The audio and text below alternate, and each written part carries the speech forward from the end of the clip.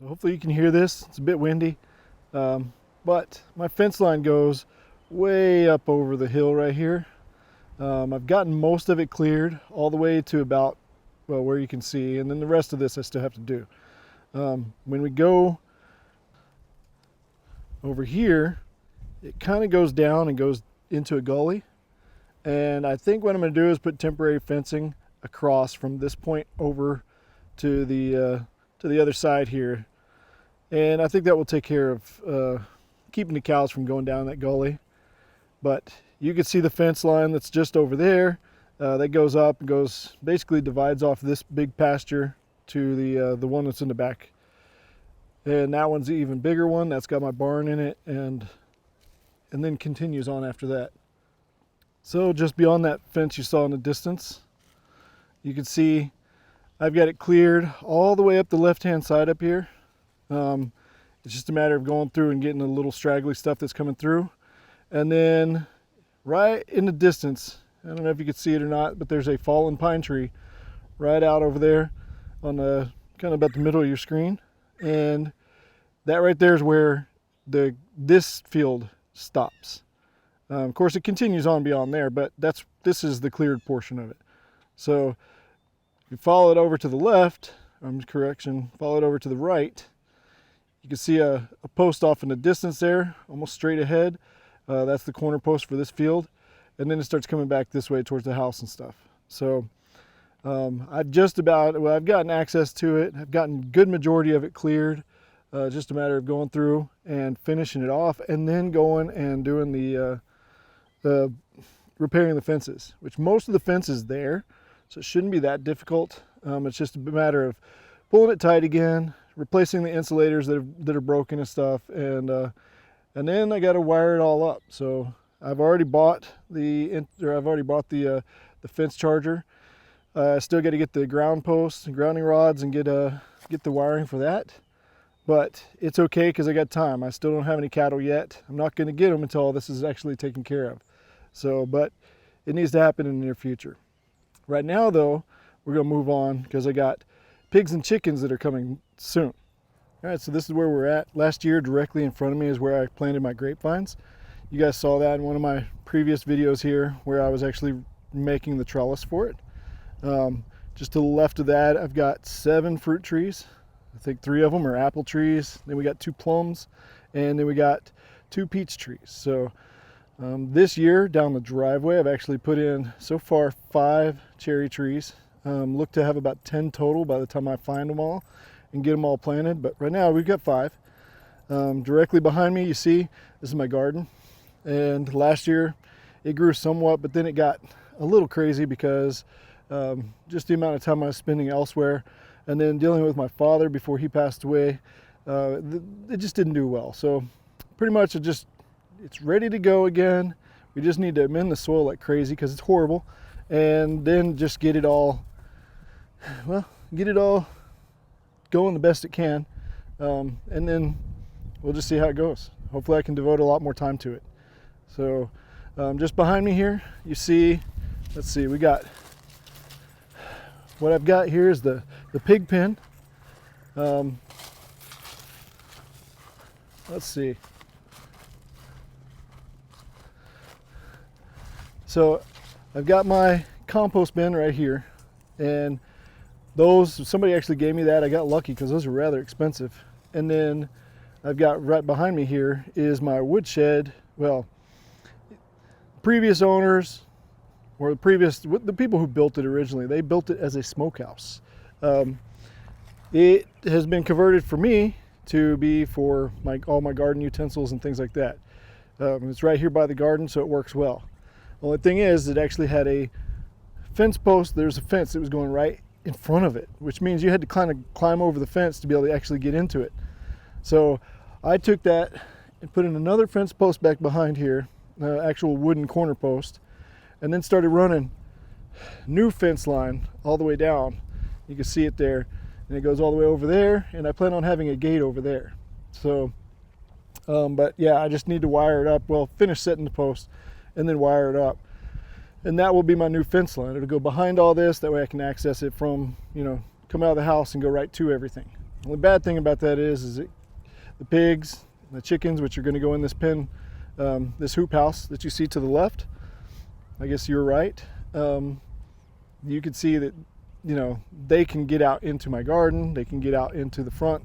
I don't really want them there, but I'd rather have it easy access, because I also plan on probably putting their feed inside this garden shed, and that way it can all stay dry and everything. And as you can see, the pig pen, it's just a normal cattle pen like everybody builds. You saw the hinges that I built, and then I just decided I was going to do an A-frame, but instead I just decided to go with pallets.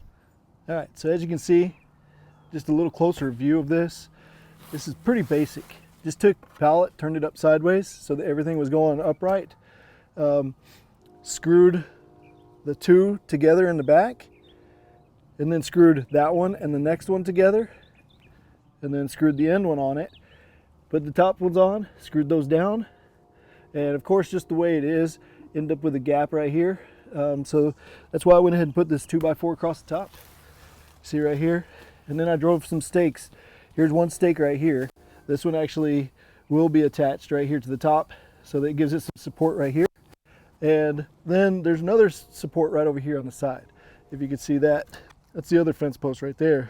Driven in there because if the pigs go and push on the back, it's going to go up against the fence. Push on that side, it's going against the fence.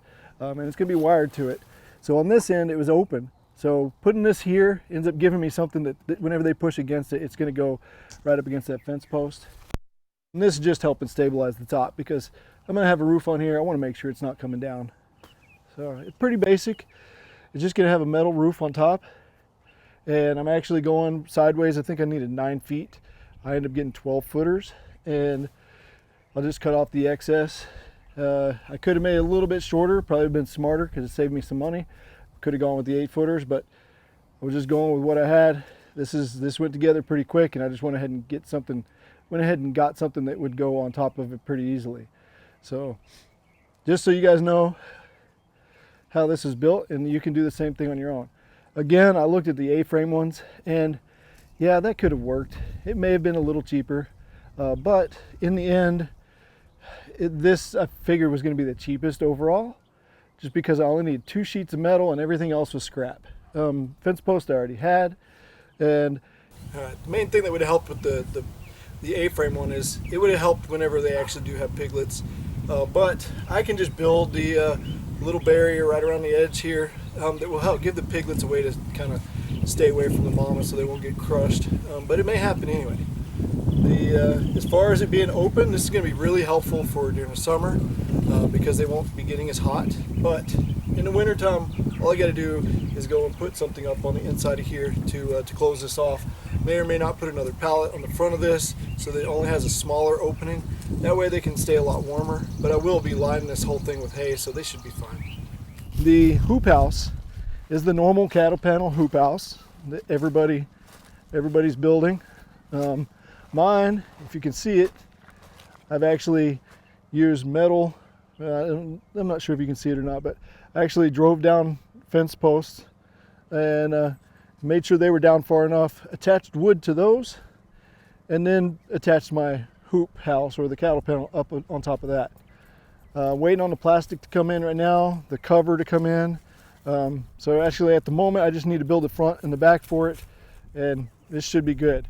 The chickens come, I think today is probably about the 4th, if I'm right, the 4th, and my chickens will be coming mid-April, so I think April 17th, and so I got plenty of time for those, but I do need to stay on top of it.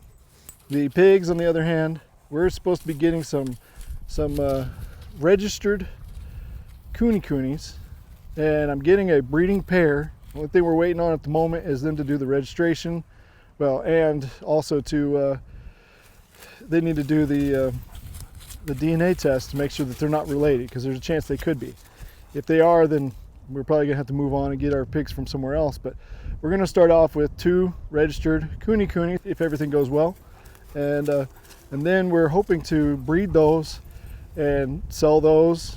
Worst case scenario as meat pigs, but We may sell them as registered coonies as well.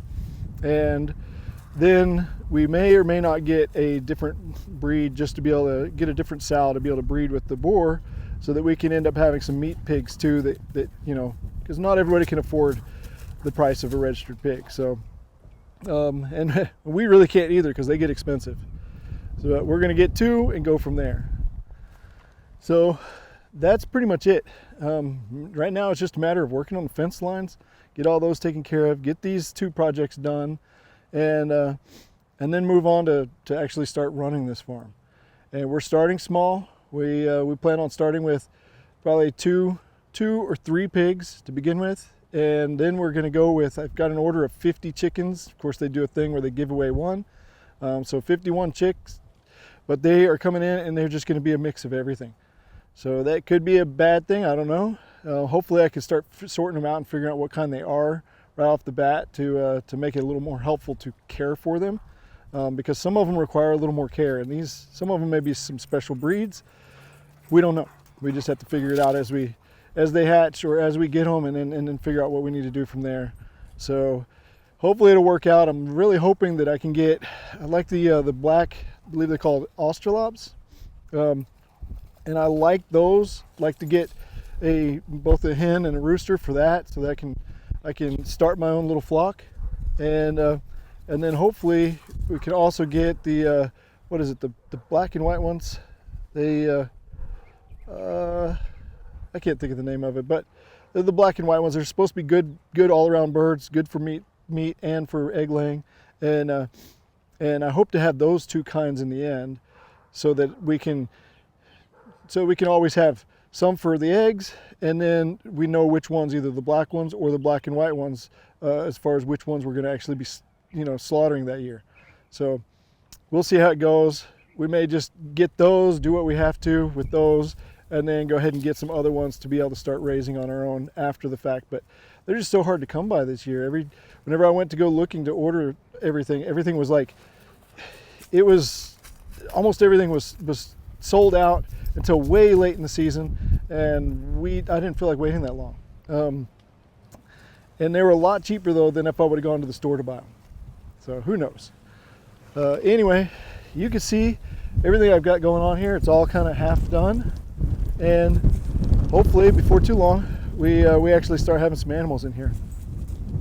But I just figured I'd give you guys an update, and here shortly I'll bring you along for the ride on everything I'm doing with this stuff, so that we can get it all in order. Maybe you can copy my designs, which I'm kind of copying everybody else's designs anyway.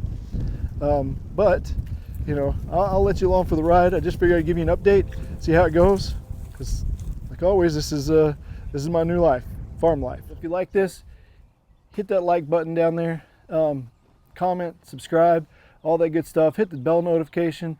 Anything else they want you to hit, go ahead and hit that too. And if you've already subscribed, great. If you haven't, then go ahead and do it, because I'd love to see you back here. So that's all I got for now. Until next time, y'all take care.